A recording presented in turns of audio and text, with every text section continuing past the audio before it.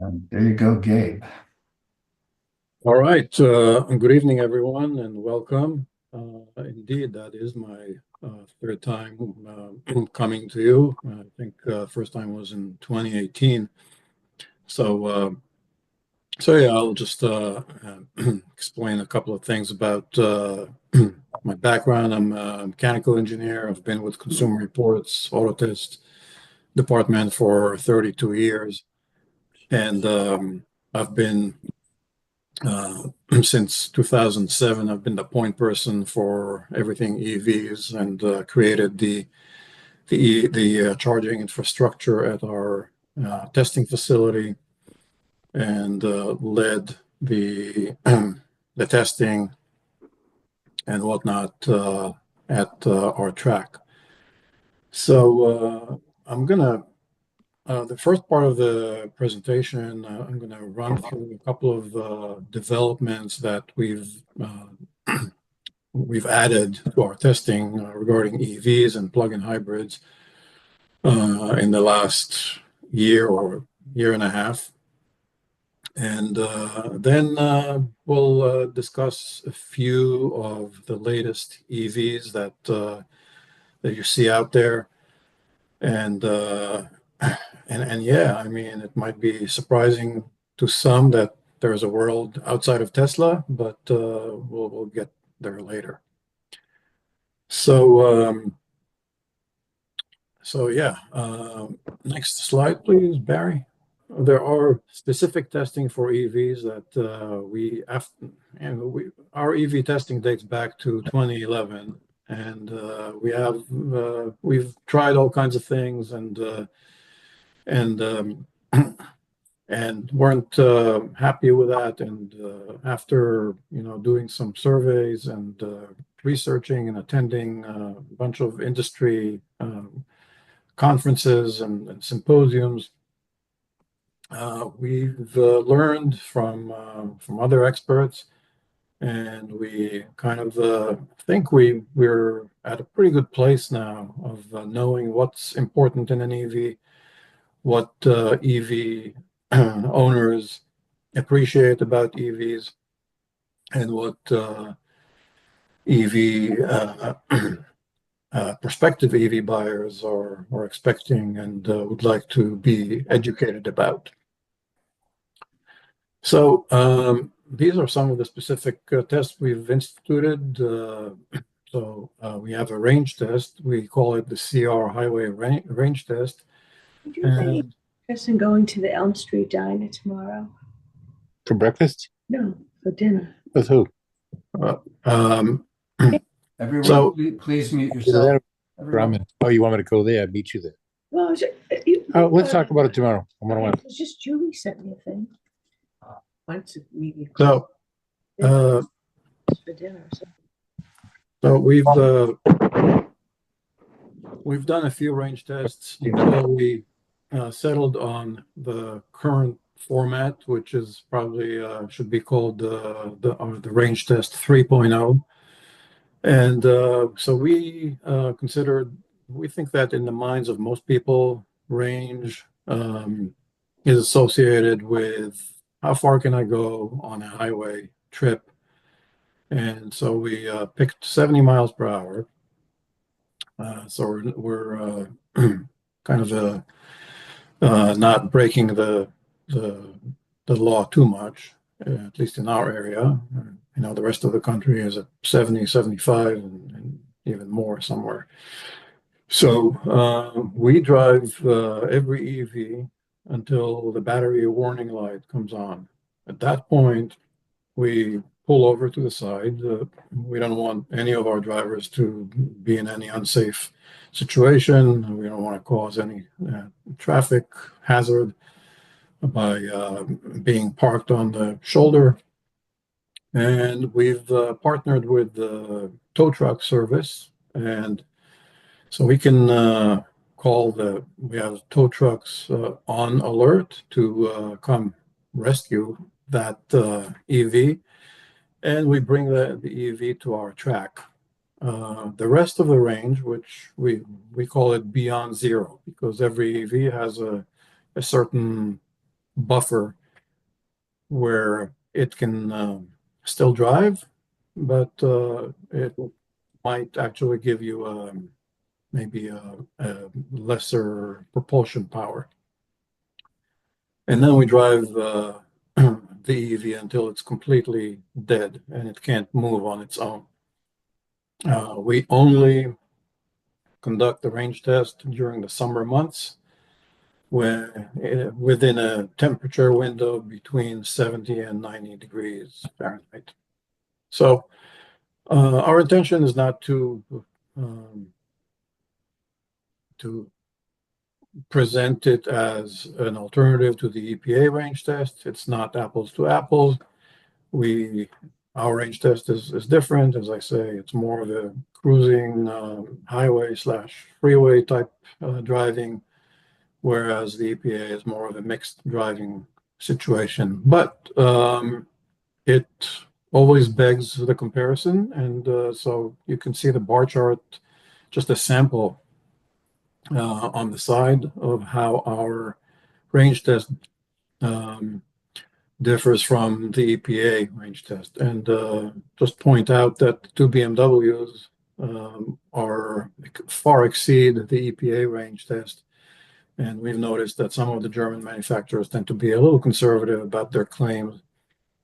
And usually the Koreans come in very close, 3 to 5 miles. And the domestics can go either way. Usually GM EVs go a little further, and the Ford Lightning went quite a bit shorter. Next slide, please.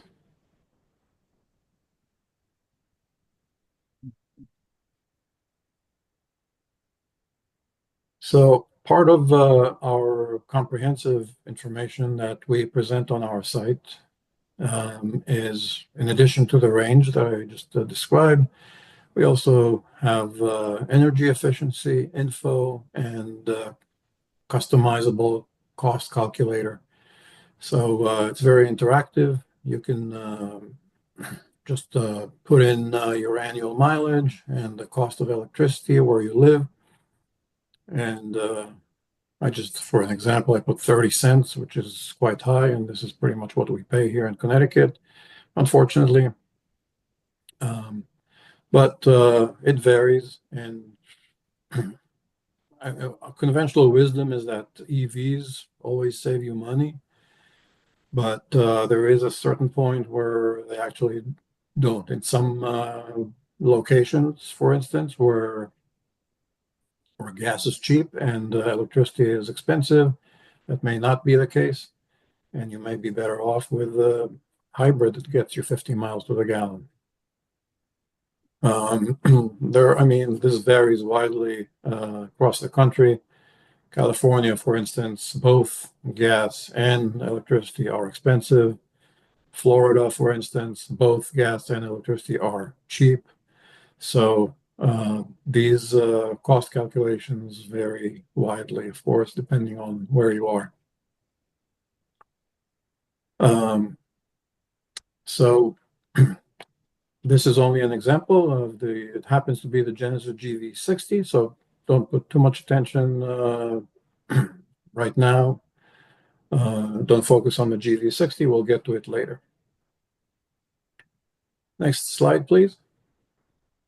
A lot of every EV, of course, as you know, because you guys are all, most of you are EV owners, and you're very technical and knowledgeable about EVs. So every EV has an onboard charger. Some people confuse the word charger with what's known as EVSE, electric vehicle supply equipment, which is what we have in our garages to charge. But every EV or plug-in hybrid has an onboard charger, which should be viewed as sort of a funnel that allows the electricity to go into the car. So in the early days, EVs had an onboard charger of 3.3 kilowatts. Those days are long gone. Nowadays, they hover around 11 kilowatt. And so, but that number, we think that number doesn't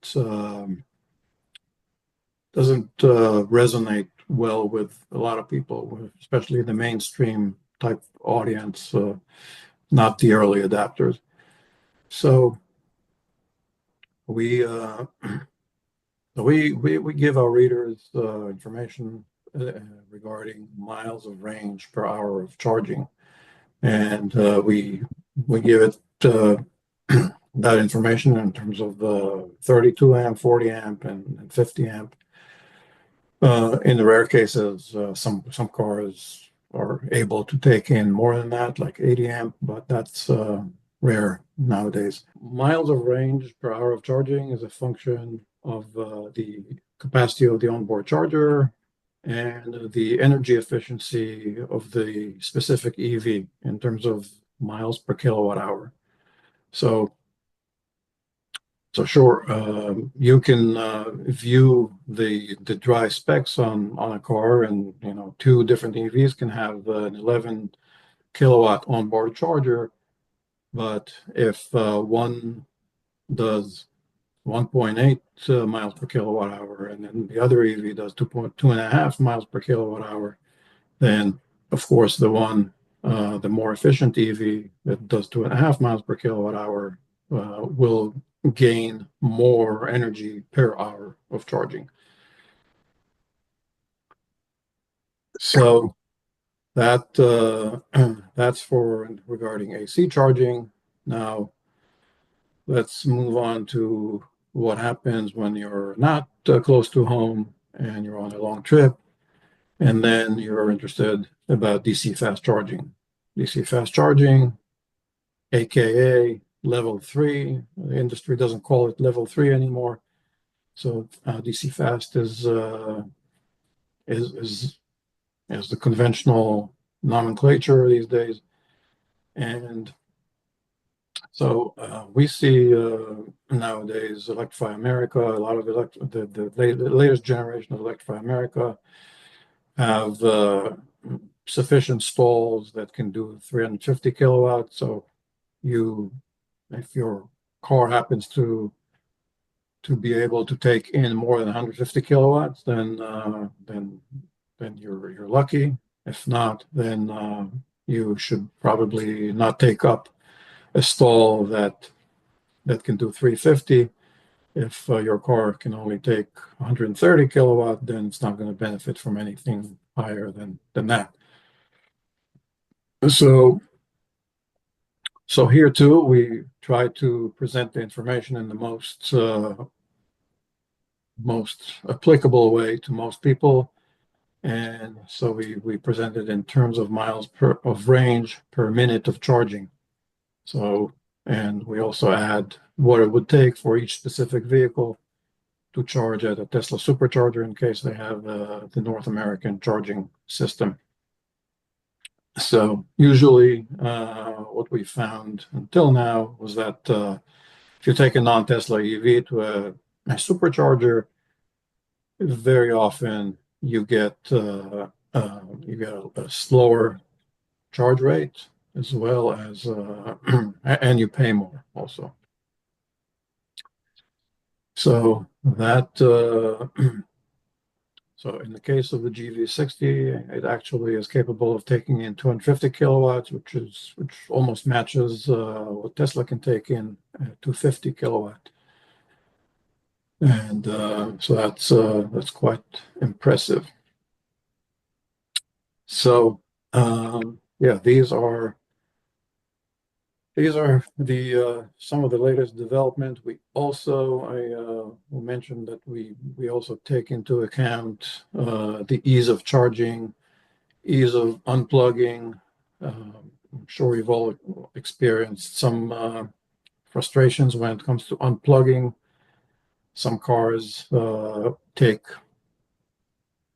quite a bit of fumbling until you can release the cable, which of course doesn't make it a good getaway car. And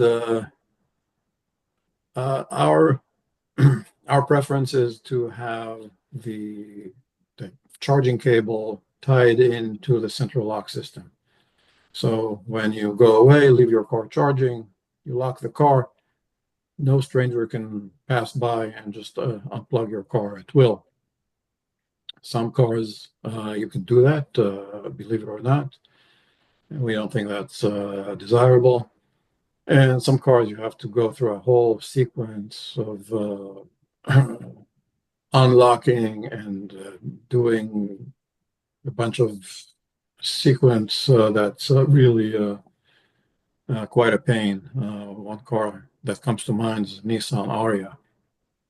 So we certainly give credit to cars where charging is easy, where there's no fumbling with the flap that covers the charge port, and we also take into account various displays that are specific to EVs. For instance, we like the fact that when you open the door, you see SOC and range. We like a feature that has an SOC indicator right by with LED lighting right by the charge port. Tesla does that in a different kind of a way, and the level of pulsing, it indicates how low or close to full the battery is. Another aspect is route planning that's built into the navigation system. So if you want to drive from here in Connecticut to Columbus, Ohio, for instance, you want to know if the car makes it easy for you to plan the route, where to stop, for how long. You're getting to a certain public charging place with a certain amount of SOC. You're going to need a certain amount of a minute to wait there. So that in a well-sorted EV, all of that is baked in.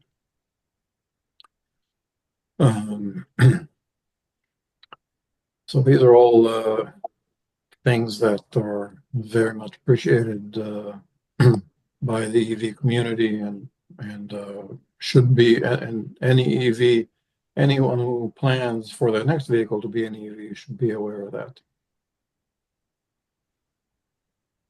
All right, if we're all clear on that, maybe we'll start discussing some of these individual cars that I promised earlier, and that might be a little more fun. So we talked about the Genesis GV60, and this is really one of the nicest EVs out there. It it drives very nicely. The downside is that by today's standards, our range of 250 miles is not stellar, but still it's competitive enough. The AC acceptance range is 10.9 kilowatt, and that and combined with the fact that the GV60 is one of the more energy efficient EVs, with something that's close to 3 miles per kilowatt hour, it'll charge relatively quickly in terms of home charging on a level 2, and will get you 31, 32 miles per hour of charging. Public charging, we also like the fact that the navigation system is built into the car. It gives you the ability to sort the kind of public charging you want, whether it's level 2 or DC fast. And that's very handy without without too much distraction. So other than that, like many EVs, the cabin is quiet. The power delivery is very measured. It's not going to snap your neck like some other EVs. There's hardly any motor noises that are some of these noises can be a little unpleasant at low speeds. And one of the things that we really appreciate and that's common to all of the Korean EVs from Hyundai, Kia, Genesis, from that family, is the ability to adjust your the regenerative braking that every EV has, where you recoup some of the energy and send it back to the battery during coasting or braking. And these cars allow you, with paddles by the steering wheel, to have multiple levels of regen and no regen at all. So you can have a car that behaves very much like a normal conventional car with natural coasting, or you can have it all the way to one pedal driving where you just release the brake pedal or modulate the release of the brake pedal to reach a complete stop without ever touching the brake pedal. Some of you probably appreciate that feature. I know that the EV committed are totally gung-ho about one pedal driving, but the picture completely changes when you have passengers in the car, and the level of deceleration is too intense and can make people a little nauseous. So not many downsides with the Genesis other than outward visibility and not so competitive range. But everything that has to do with EV specific details, these guys nailed it. No question about it.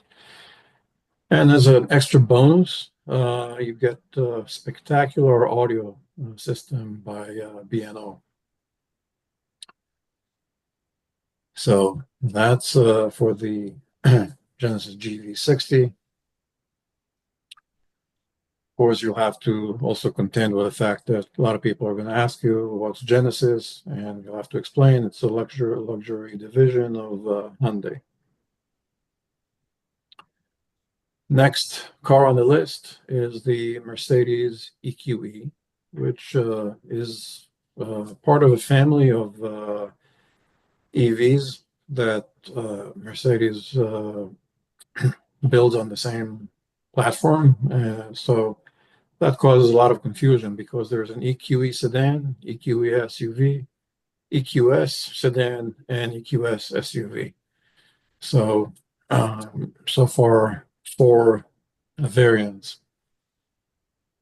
The highway range by our testing was 284 miles, which is a solid, robust kind of range. And that means you can go drive the car for days without worrying about charging. Of course, if you're just doing your routine locally, and even if you have a long commute, you can probably do a couple of days without worrying about charging, especially if you have charging at work. The AC acceptance range is 9.6 kilowatt, not a standout in today's world. DC fast acceptance rate is 170 kilowatt, also not a standout. And but the EV specific displays are excellent. Here is an example of a car that you open the door, it shows you the remaining range as well as the SOC. Also, when you're plugged in, it shows you a bunch of information. It shows you the level of charging in kilowatt, shows you the estimated time until full, and the navigation system again is one that allows you to sort between level 2 and DC fast charging and guide you to those places. Route planning is also excellent.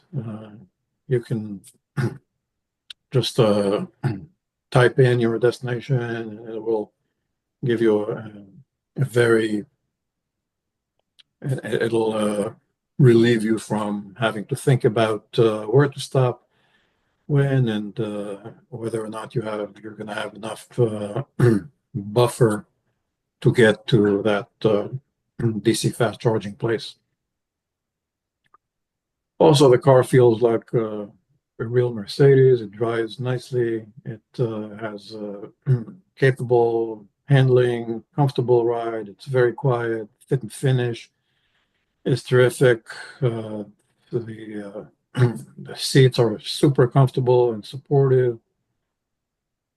And the downside is that the brake pedal feels rather mushy and doesn't provide you with a lot of confidence, particularly when you're in a hurry and you are trying to scrub some speed quickly, getting off the highway, slowing down from like 70 to 30 in a very quick quarter.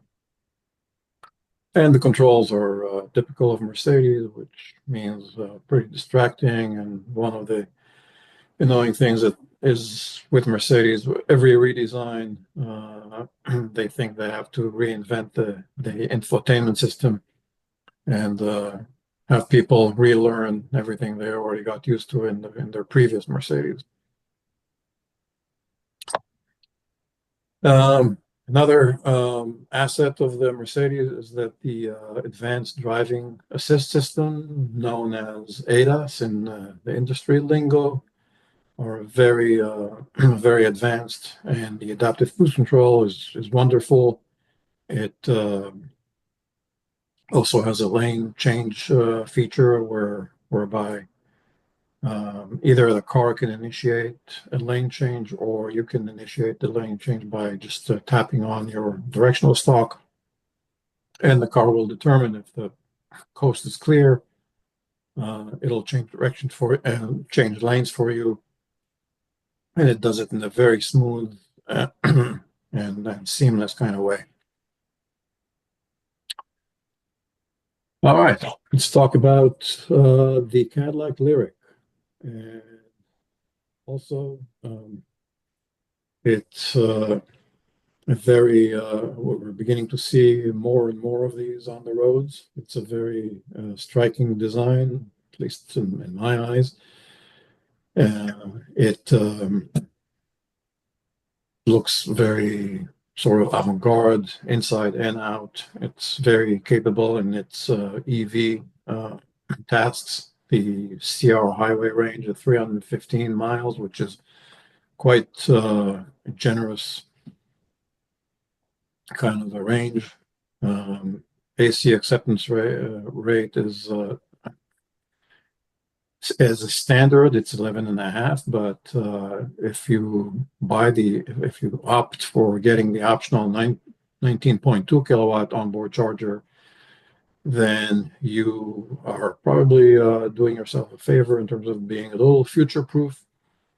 And in that case, you're able to charge at 80 amp, and then you benefit from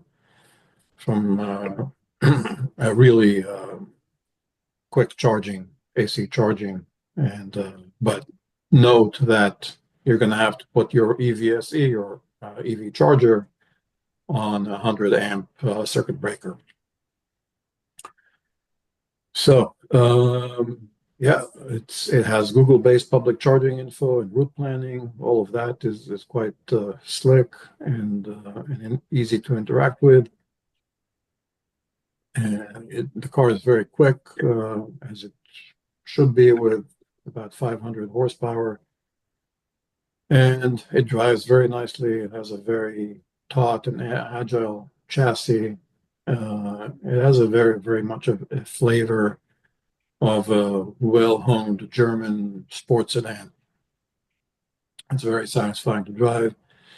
The cabin is quiet, the fit and finish is excellent. And one thing that I personally really appreciate is that it has a paddle on the left of the steering wheel where you can modulate the level of regen on the fly. Think of it as a handbrake on a bicycle. So I think that's terrific. And in most cases where you have that paddle, it's sort of like an on-off switch where it's either on or off, and it's not doesn't give you any sort of a spectrum in between all or nothing.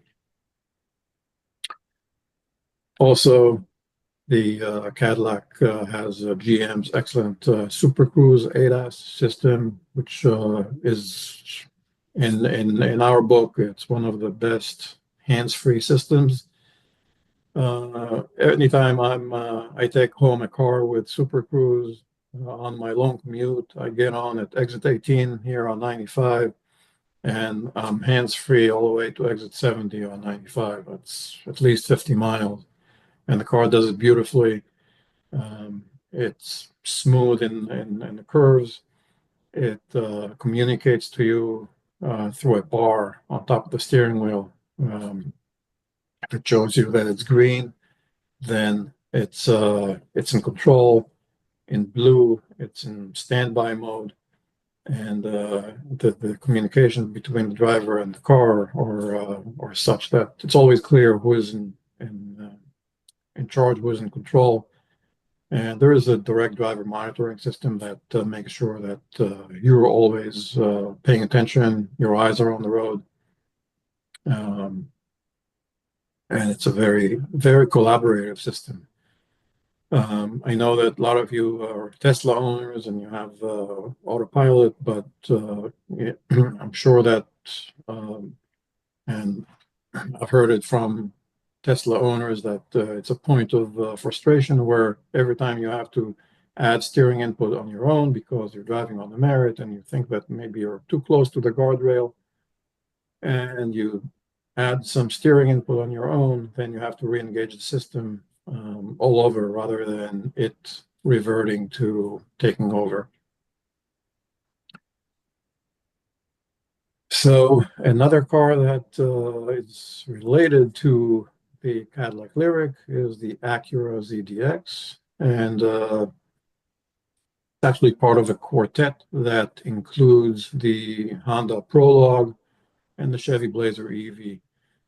And the Blazer EV and Prologue have a smaller battery. The ZDX and Lyriq share the larger battery. And not surprising, our range was pretty similar, 313 miles of range, which is a very robust type of range. AC acceptance rate is 11.5 kilowatts. GM doesn't give Honda the optional 19.2.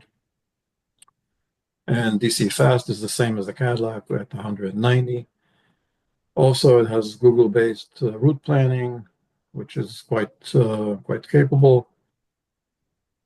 And even though it has an 11.5 kilowatt onboard charger, considering it's not among the most efficient EVs out there, it only gives you 30 miles an hour of range. And compare that to if you remember, the GV60.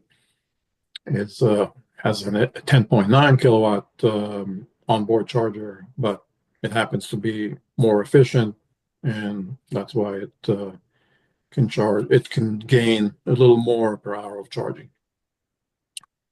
Also, it's very quick. The ZDX, it's quiet. Unfortunately, it is short on agility. Another thing that GM doesn't share with Honda is the Cadillac's more sophisticated chassis, which specifically the Cadillac Lyriq has a variable ratio steering, which gives the car more agility in corners. The Acura, on the other hand, is short on agility, and that's because it has a pretty slow steering and also steering that doesn't really communicate any sort of cornering loads and pavement texture, and that tends to compromise some of the feeling of precision and confidence that you normally associate with an Acura. Also, rear visibility is not great. And another thing that is different from the GM, it's much easier to get the Super Cruise on the Cadillac Lyriq, but on the ZDX, you have to go for the top trim Type S, which is considerably more expensive. That brings us to the next car, and that's the Lexus RZ, which shares a platform with the Toyota BZ4X and the Subaru Solterra. And it's an interesting car because even though it's not the best EV out there, it really represents something that is the Toyota corporate philosophy. So Toyota is very reluctant going to EVs, as some of us are aware of. Toyota's belief is that they'd rather see the whole world drive hybrids and get 50 miles to a gallon rather than seeing very few people driving expensive EVs and be limited by limited range, slow charging, and sparse public charging. Toyota has a very global worldview. It also sells cars in all kinds of places in the world. It's very much aware that if you're going to cross the outbacks in Australia, you're not doing it in a Volvo EV, but you're doing it in a Toyota Land Cruiser. And if you have areas in the world in Southeast Asia or other slightly less developed regions in the world where Toyota sells, and they can't reliably rely on electricity, then EVs are probably not the ideal thing. So Toyota is certainly kicking and screaming when it's being forced to go EVs. And in the eyes of the public, Toyota is perceived to be a trusted brand. It's known for being a pioneer in hybrids, and there might be some kind of a subliminal thought that, okay, if it's a leader in hybrid, then of course it should be a leader in EVs. But that's not the case. And as we can see here, the CR highway range for the RZ is 202 miles, and that's on a good day. As all EVs, as we know, a little bit of cold weather, and that gets slashed by 25-30%. The onboard charger is 6.6 kilowatt, which is downright pathetic if you ask me. And DC fast charging is 150 kilowatt, which also is a little behind, but still you could consider it competitive. In some areas, the RZ represents what people have come to expect from a Lexus, such as comfortable ride, quiet cabin, acceleration is quick. But the EV specific aspects of this car are really disappointing. There's no way of viewing both range and SOC. Actually, you can only view the range, and it's not really front and central. There's no way of seeing the SOC specifically. And slow charging, both in AC and DC, are frustrating. And as if that's not enough, there is no glove box. So that makes the car very compromised in terms of usability.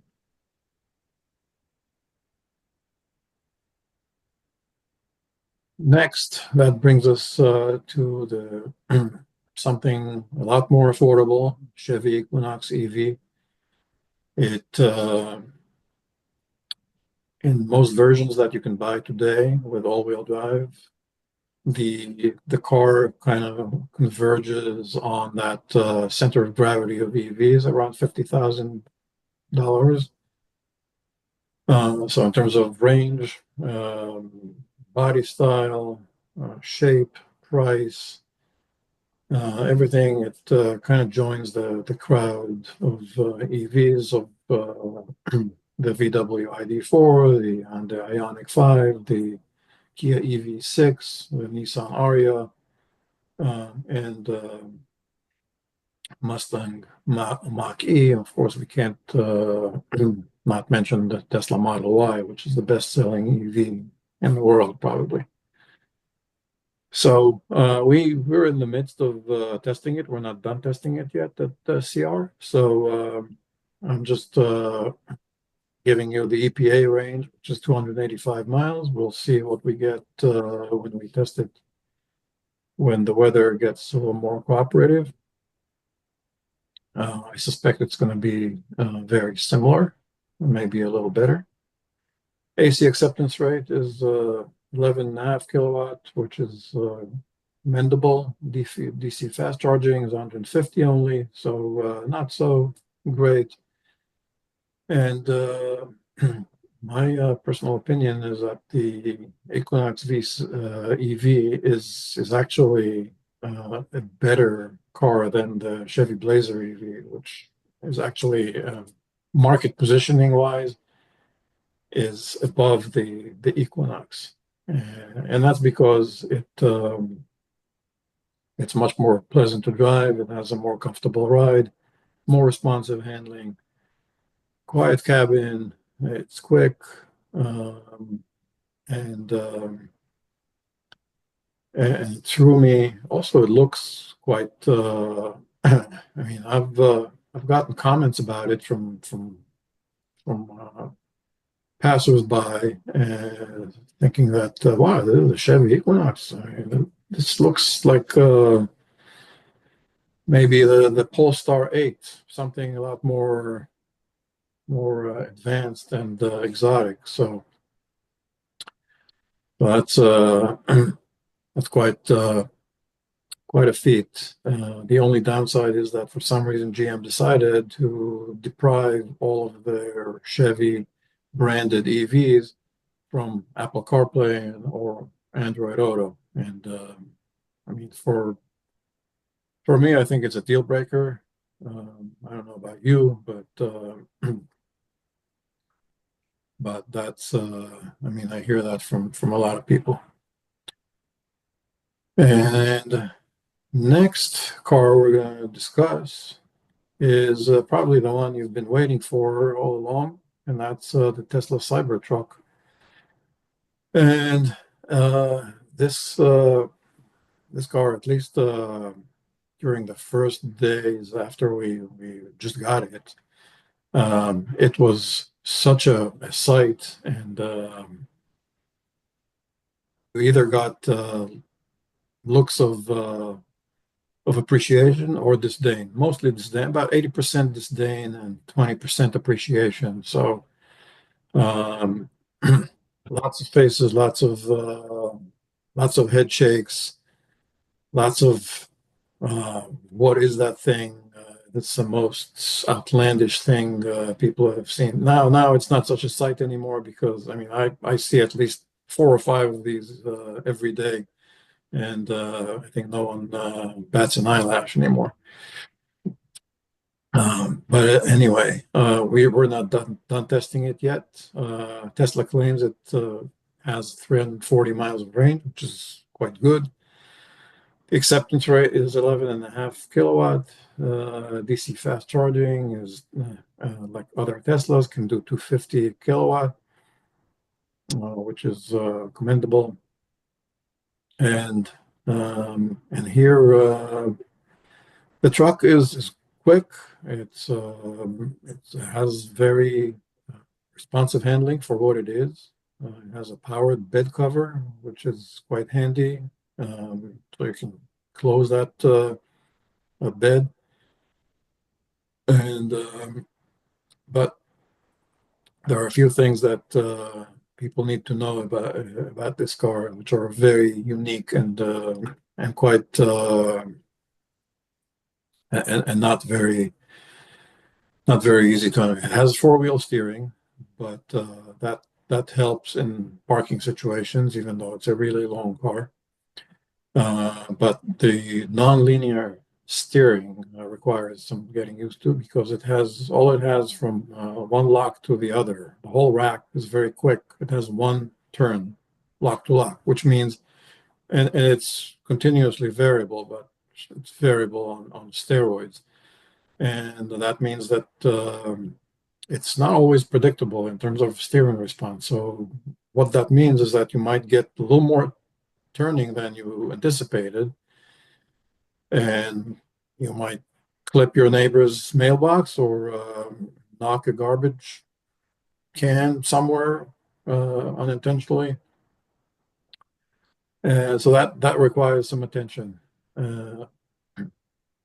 Adding to the fact that the outward visibility from the car is quite atrocious, then driving this car has certainly a learning curve, in addition to the unintuitive controls, which are shared with other Teslas. And I probably don't have to tell you that the shifter is a slider on the screen, and that adjusting the mirrors and the position of the steering wheel are also through the screen, and that and here too, no Apple CarPlay or Android Auto. Personally, I think that if you're going to reinvent the pickup truck, then there are a few things that Elon missed here. And one of them is a folding partition between the bed and cab. If it's a unified structure rather than a traditional truck where the bed and cab are two different entities, you might as well have that capability of extending the bed into the rear of the cab, which the Chevy Silverado EV does that. Or the Rivian truck has this gear tunnel right in front of the rear axle in a space where nobody ever thought of taking advantage of. So that's quite handy.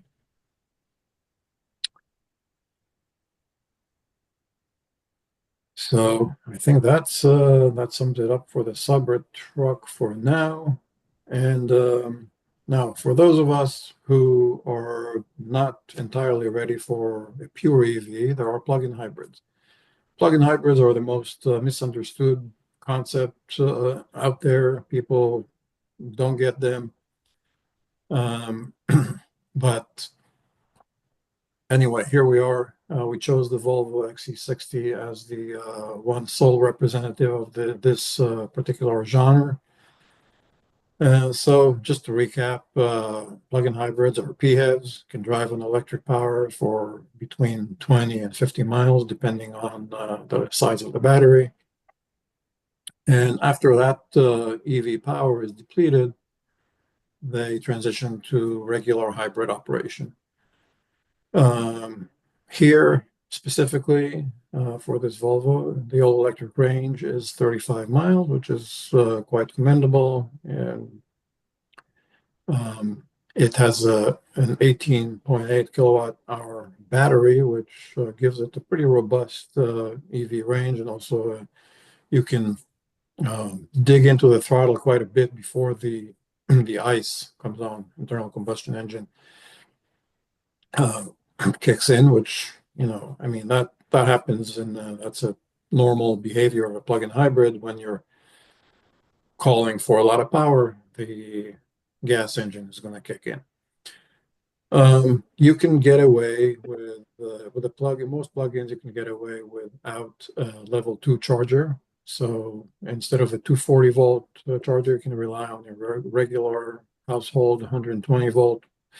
If you have the patience or to charge it for 17 hours, it's doable. It's not convenient or desirable, but 17 hours, as opposed to 5 hours on 240 volt. And once that electric power is gone, fuel economy as a regular hybrid is 28 miles per gallon, which is not bad. It's much better than the regular XC60, which only does about 23 miles per gallon. Also, the Volvo allows you to, it gives you a guide in the instrument panel, and it's hard to see in this picture here, it's too small, but there is a pictogram in the shape of a droplet, meaning a droplet of gas, and then there's a gauge. So you can judge your throttle input by how close that gauge is to the droplet, and it's a moving target. It changes depending on your SOC, and, of course, but it guides drivers in how to stay in EV mode and maximize the electric power. Other than that, this Volvo is very quick, and it has excellent seats, great fit and finish, and as common to a lot of Volvos, it has a stiff ride and unintuitive controls.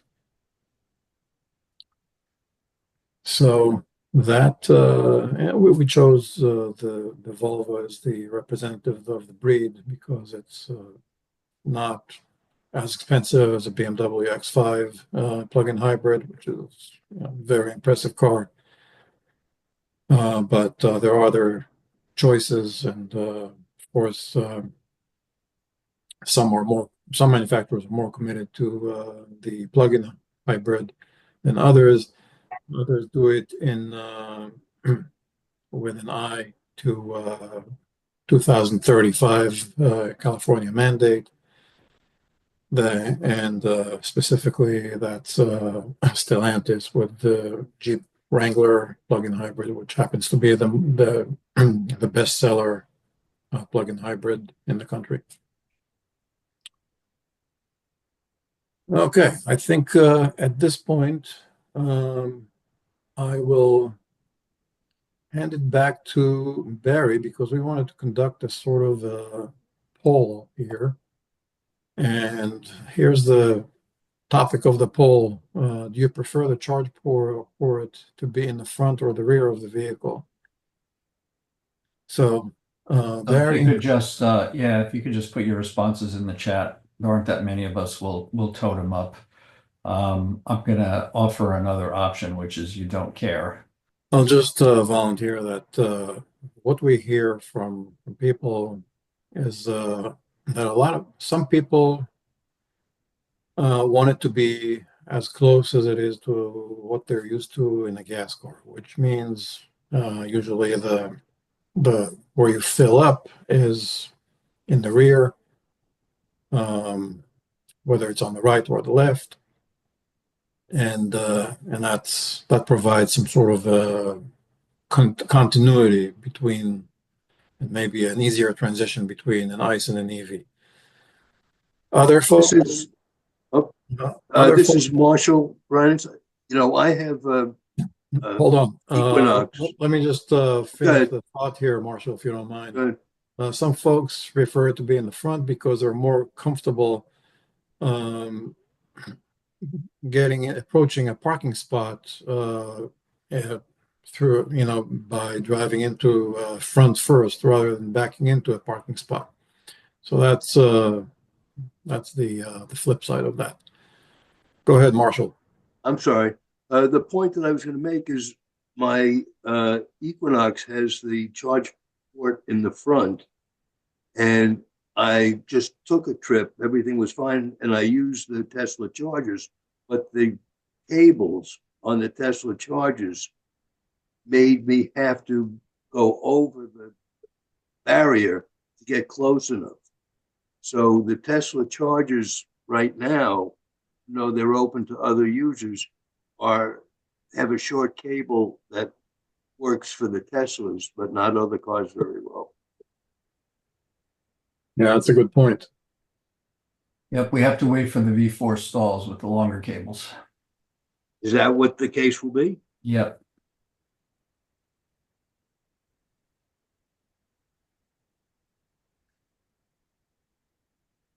And Paul, do we have an idea of the deployment of the V4? Yeah, Marshall, there's one in Harrison, New York already, so it gets close to, I think, Bronx. And yeah, it's V4. There's I think it's 16 stalls at a Wegmans supermarket, and they're dead center in each spot. In other words, any brand EV plugs in with ease without blocking any adjoining spots. So it nose in, back in, whatever, the cable's long and it's going to reach. And that place is already operational for a couple months and compatible with non-Teslas because it has Magic Dock, so CCS included. So yeah. Great. Now I don't know the rollout plans, how quickly it'll be for others, but it looks like all new chargers, including Connecticut, those that are permitted, that are already on Tesla's list, that has been publicized, will be that V4 type, including perhaps full V4 charging, where it'll even work with the Genesis and all at full speed, because 800-volt architectures don't like the current set of V4s, which are kind of inhibited. They don't have the new charging cabinet. So yeah, it's a little bit of a complicated answer there, but it's looking good. And even towns like Wethersfield that's permitted for a new V4 supercharger, it'll likely have all of it, compatibility with everybody, the long cables, and the full speed for any brand to get a good charging speed. Because right now we're in this weird state where some non-EVs, non-Tesla brands can charge awful slow at Tesla superchargers compared to Electrify America. Those days look like they'll be over pretty soon, but depends on how fast Tesla rolls them out. We'll see. So the poll was 4 front, 5 rear, and 3 don't care. So yeah, let's can you repeat that so I can 4 front, 5 rear, and 3 don't care. interesting.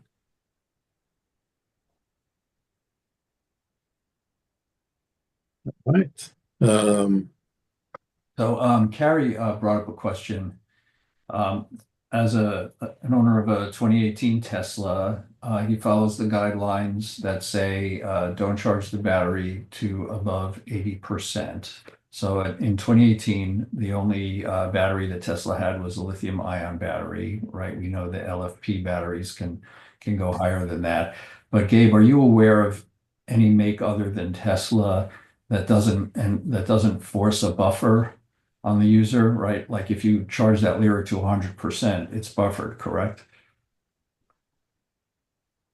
Yeah, I think Tesla by default has it set at 80%, and then they call the full charge trip charging. Other EVs don't do that. The default setting is to 100%. And actually, it's it's probably intuitive to try and not charge it to 100% very often, but out of curiosity, we took some of our older EVs in the fleet right before we sold them. We had an Audi Q4 and a Tesla Model Y that were 3 or 4 years old, and after multiple charging to 100, multiple DC fast charging, and we had a startup company called Versus New come in and connect to these vehicles OBD2, and we saw that the battery health was barely moved the needle. So we saw 96%, 98% battery health. So not really a significant loss of battery health there. Oh, that's interesting. Thank you. Yeah. You mentioned on the Cybertruck that it has poor visibility, external visibility, and Tesla's strategy was to get the cameras to compensate for that. Did you find that difficult to use or just not adequate? Yeah, it's certainly not adequate, and I forgot to mention also that when you close the bed, the rear view mirror is blocked, so because it relies on a camera, so there is no you have to look at the screen at an image, which is not very intuitive, and also forces you to take your eyes off the road more than your more away from your natural sight line. So that's one thing. And in terms of parking, visibility for parking, if not only you're so high and the car is so long, and those buttresses that make up the C pillar are so thick that it's really hard to see. And the only consolation is that the front visibility is okay because the car is kind of like a cab forward type design with a very sloping hood, and also you're unlike some other trucks, you don't have a whole lot of distance between the windshield and the front of the vehicle.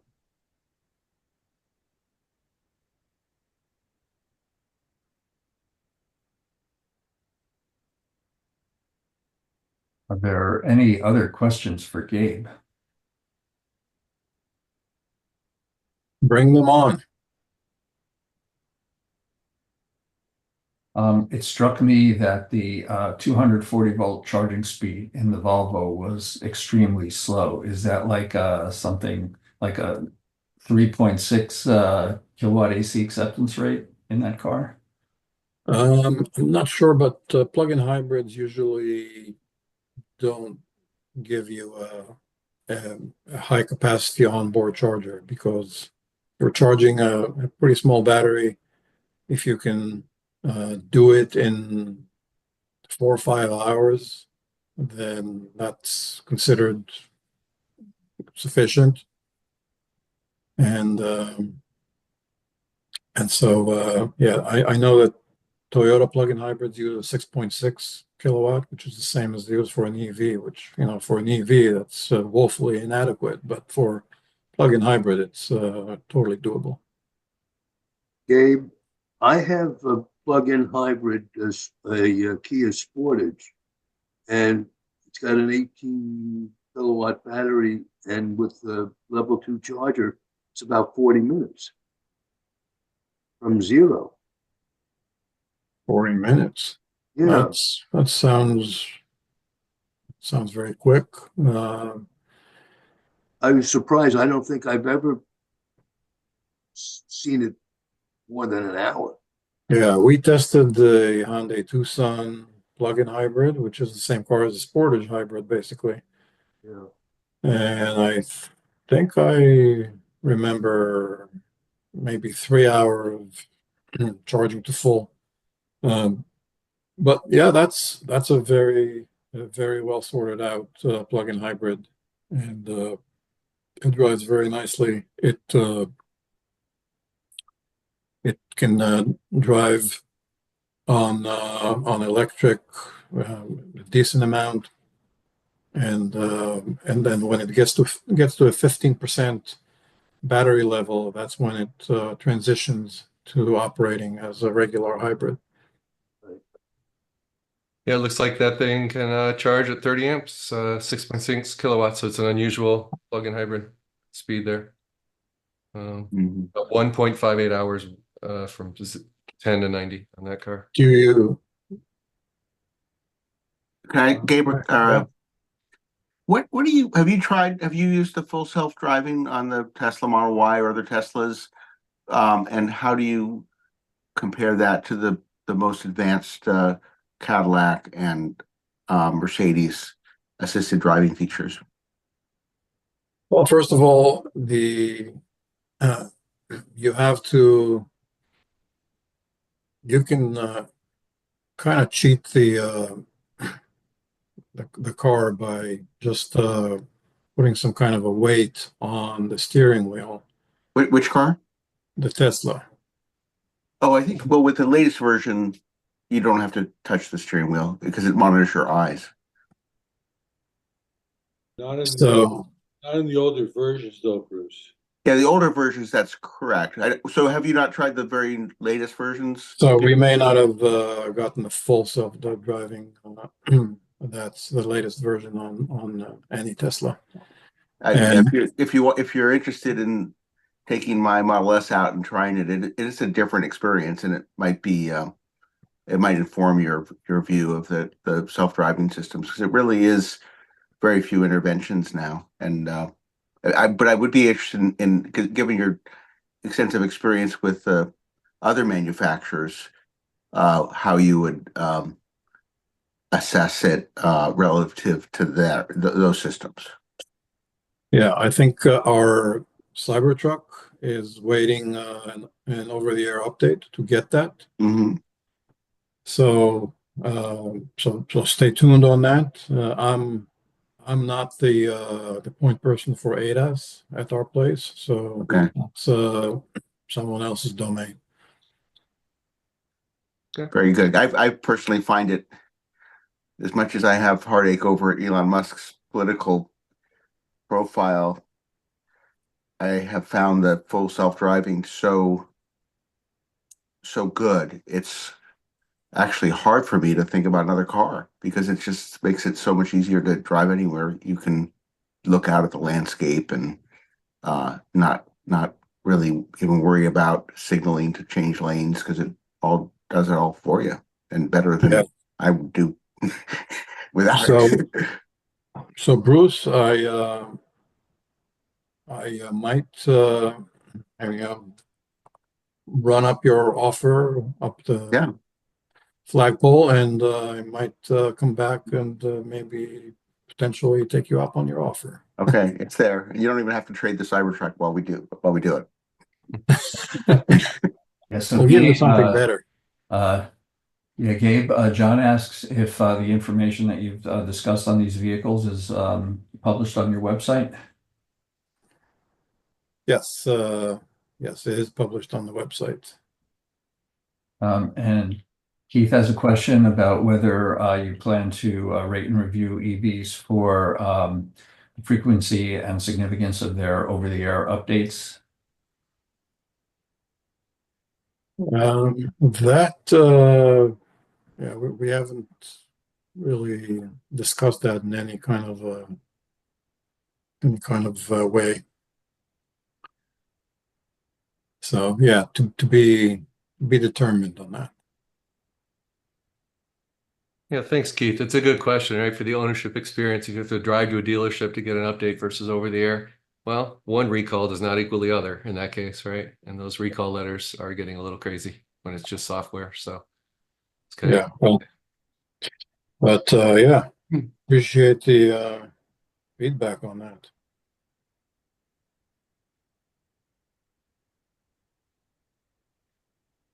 If there are no other questions, I would just like to express our thanks to Gabe. We really appreciate the work that he put in to present this information tonight. There are a lot of EV models out there at this time, and I know a lot of consumers don't really understand the selection of what's available, and so they go to the dealer that they're comfortable with and buy, look at the EVs they have, and so we appreciate your helping us get this information out into the marketplace.